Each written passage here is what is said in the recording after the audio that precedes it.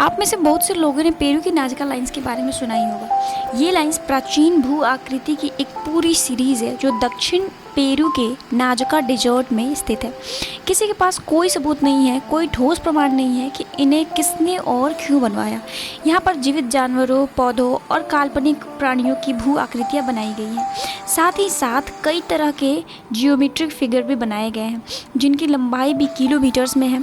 पर शायद इन जानवरों के चित्र और टेढ़ी मेढ़ी लाइंस से ज़्यादा रोचक और रहस्यमयी चीज़ यहाँ पर बना एक मंडल है जो कि प्राचीन भारतीय संस्कृति से जुड़ा एक प्रतीक है। इस मंडल का चित्र बहुत ही दूर और एक शुष्क पठारी पर्वत के ऊपर बना हुआ है। आप अंदाज़ा लगा सकते हैं कि जो जगह भारत से लगभग आधी दुनिया दूर है, उस जगह का एक पवित्र प्रतीक पेरू में क्या कर रहा है। ये बात किसी को भी सोचने पर मजबूर कर सकती है कि आखिर इसका भारत से क्या रिश्ता है। पेरू की नाजका लाइंस बिना किसी शक के पृथ्वी पर अब तक की सबसे रहस्यमय जियोग्लिफ्स है। जियोग्लिफ मीन्स एक बहुत बड़ी डिज़ाइन या आकृति जो आमतौर पर 4 मीटर से ज़्यादा बड़ी होती है, जिन्हें ज़मीन पर बनाया जाता है। उन्हें चट्टानों के टुकड़े, पत्थरों या बजरी जैसे टिकाऊ चीज़ों से बनाया जाता है। और नाजका लाइंस पर एक प्राचीन भारतीय मंडल की खोज इन लाइंस को और भी ज़्यादा पेचीदा बना देती है। आज तक दुनिया के बड़े बड़े विद्वान इस बात का कारण खोज रहे हैं कि आखिर इस लाइंस को बनाने के पीछे का असल मकसद क्या रहा होगा। अभी तक कोई भी इसे पूरी तरह से समझने में नाकाम ही रहा है। क्या इन बड़ी बड़ी आकृतियों को ऊपर से देखे जाने के लिए बनाया गया था? क्या यह आकाश में नक्षत्रों की नकल जैसे हैं?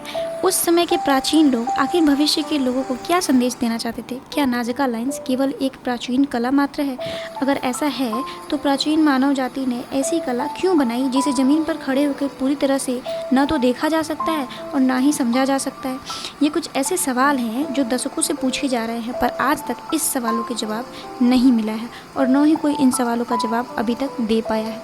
नाजका लाइंस की साइट पर 800 से ज़्यादा सीधी लाइंस, 300 ज्योमेट्रिकल आकृतियाँ और 70 पशु और पौधों के डिज़ाइन बने हुए हैं जिन्हें बायोफार्म भी कहा जाता है। नाजका लाइन साइट पर पाया गया कि सबसे बड़ा फिगर 200 मीटर से भी अधिक फैला हुआ है। दिलचस्प बात यह है कि नाजका में पाया जाने वाला सबसे लंबा गिल्फ 9 मील तक जाता है।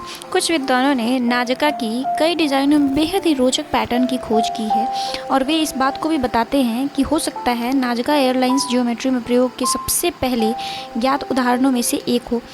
कुछ दावों के मानो तो यूनिवर्सिटी ऑफ ड्रेस्डन के वैज्ञानिकों ने नाजका लाइंस पर अपनी रिसर्च की और वहां मौजूद चुंबकीय क्षेत्र यानी मैग्नेटिक फील्ड और इलेक्ट्रिक कंडक्टिविटी को मापा और पाया कि नाजका लाइंस में इलेक्ट्रिक कंडक्टिविटी आसपास के क्षेत्र से 800 गुना ज़्यादा थी। लेकिन शायद नाजका का सबसे पेचीदा चित्र कुछ और है और ये है मंडल। इसे अत्यंत ही दुर्गम जगह पर दर्शाया गया है और यह एक सूखे पठारी पर्वत के ऊपर स्थित है। ये उन लोगों को भ्रम में डाल देता है जो इसे देखते हैं। आपको बता दें कि मंडल को भारतीय धर्मों में एक रिचुअल सिंबल माना जाता है और यह ब्रह्मांड का प्रतिनिधित्व करता है।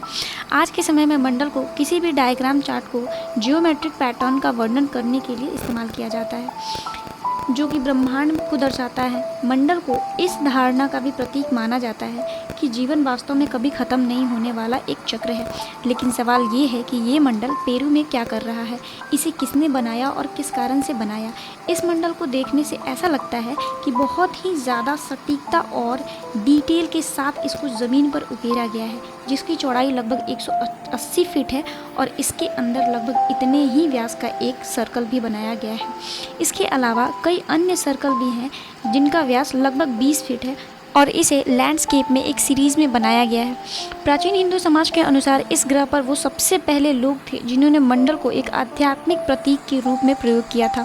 पर सबसे फेमस मंडल जिसे हम लोग जानते हैं उसका निर्माण बौद्ध लोगों ने किया था। प्राचीन संस्कृत में मंडल का अर्थ सर्कल होता है, फिर भी हो सकता है कि इस संकेत को दिखाने के लिए वर्ग और त्रिभुजों का भी प्रयोग किया जाता हो।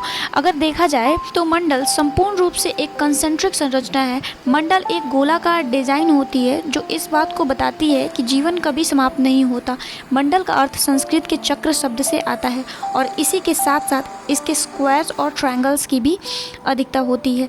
अधिकतर मंडलों की जो बेसिक संरचना होती है वो एक स्क्वायर के रूप में होती है जिसके 4 द्वार होते हैं, जिसके सेंटर पॉइंट में एक सर्कल होता है। मंडल का हर एक गेट इंग्लिश लेटर टी के आकार का होता है।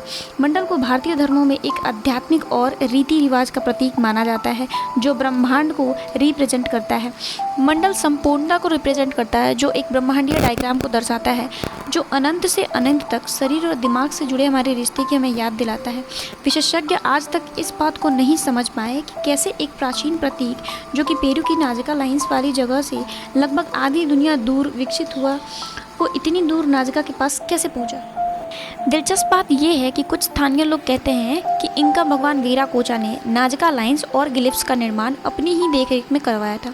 कुछ स्थानीय लोग ये भी कहते हैं कि खुद भगवान वीराकोचा ने ही नाजका लाइंस को बनाया था। वो इंडिजा के एक महान भगवान थे। वीराकोचा भगवान इनका भगवानों में बहुत ही मुख्य देवता का स्थान रखते थे। उन्हें ही सभी चीज़ों और पदार्थों का निर्माता माना जाता है और ये सभी बहुत ही घनिष्ठ रूप से समुद्र से जोड़कर देखी जाती है, ऐसा वहाँ के लोग मानते हैं। लेकिन वास्तव में ये लाइंस किसने और क्यों बनवाया, आज तक एक रहस्य बना हुआ है।